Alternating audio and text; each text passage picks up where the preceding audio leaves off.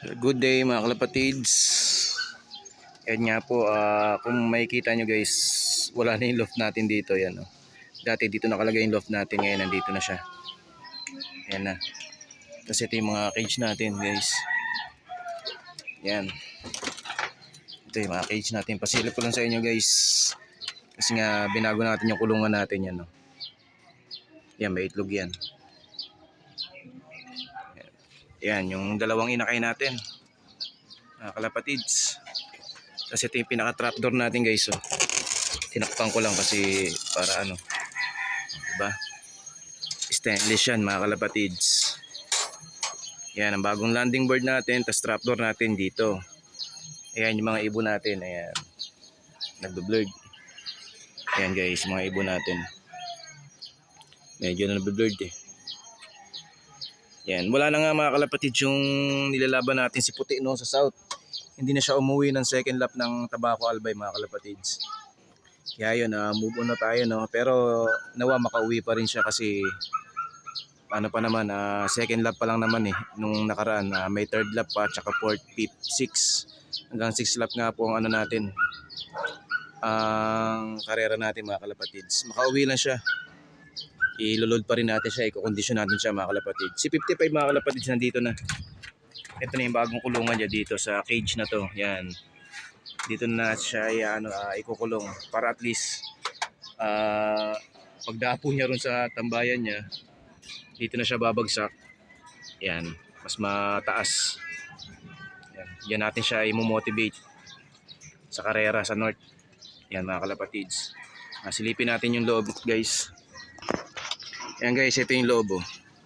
Pinalitan na natin to. Ito yung dating stockan natin yan. Oh. Ito.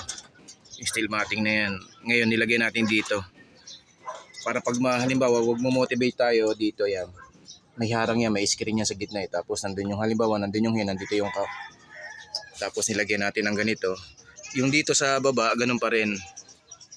Ito pa rin yung nilagay natin. Pero yung mga inakay na nilalagay natin dyan. Yung dalawang inakay nandun na sa taas. Itong dalawa na lang kasi medyo maliit pa eh. Hindi pa gaano nakakaangat dito sa mga perch. Yung dalawa marunong na yun. Kaya nilagay na natin, binilad na natin doon yan. Ngayon yung dating trapdoor natin guys, harang na yan dyan.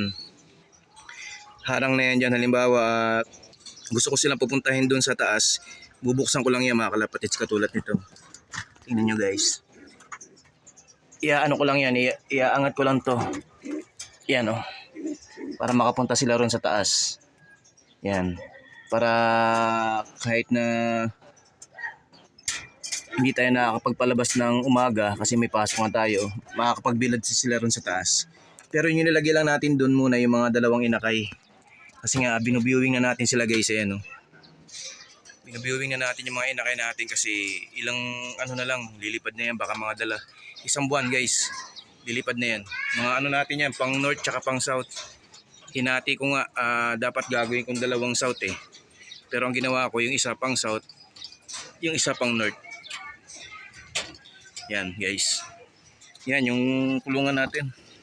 Kung titingnan nyo rito, yan siya. Yan, dati yung loop natin nandito nga, pero ngayon nandito na. Yan guys. Para yung ibon natin, pag galing dito, kasi ang kadalasang labas ng ibon natin dito, may tendency mag-trapdoor na sila mga kalapatids. Diretso sila rito sa landing board natin o kaya dun sa taas. Yan guys, yan ang ating munting kulungan.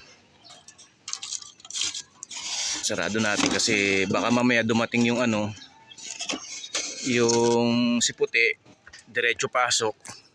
Baka mamaya may dalang sakit no. Kaya kailangan nakasara.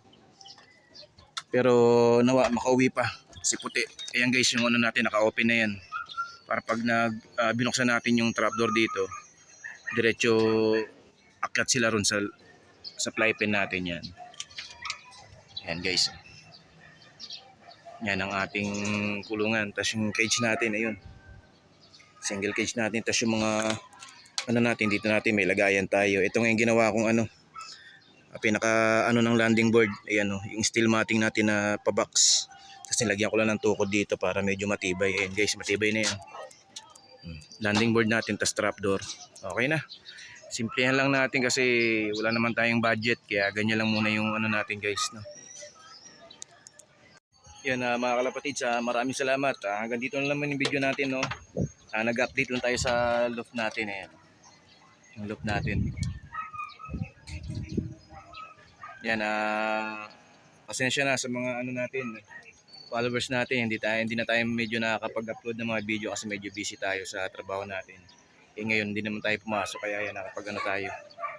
Yan guys, bawi na lang tayo sa ano, sa north. Pero nag-aantay pa rin tayo na makabalik yung ibon natin. Sige guys, hanggang dito na lang muna.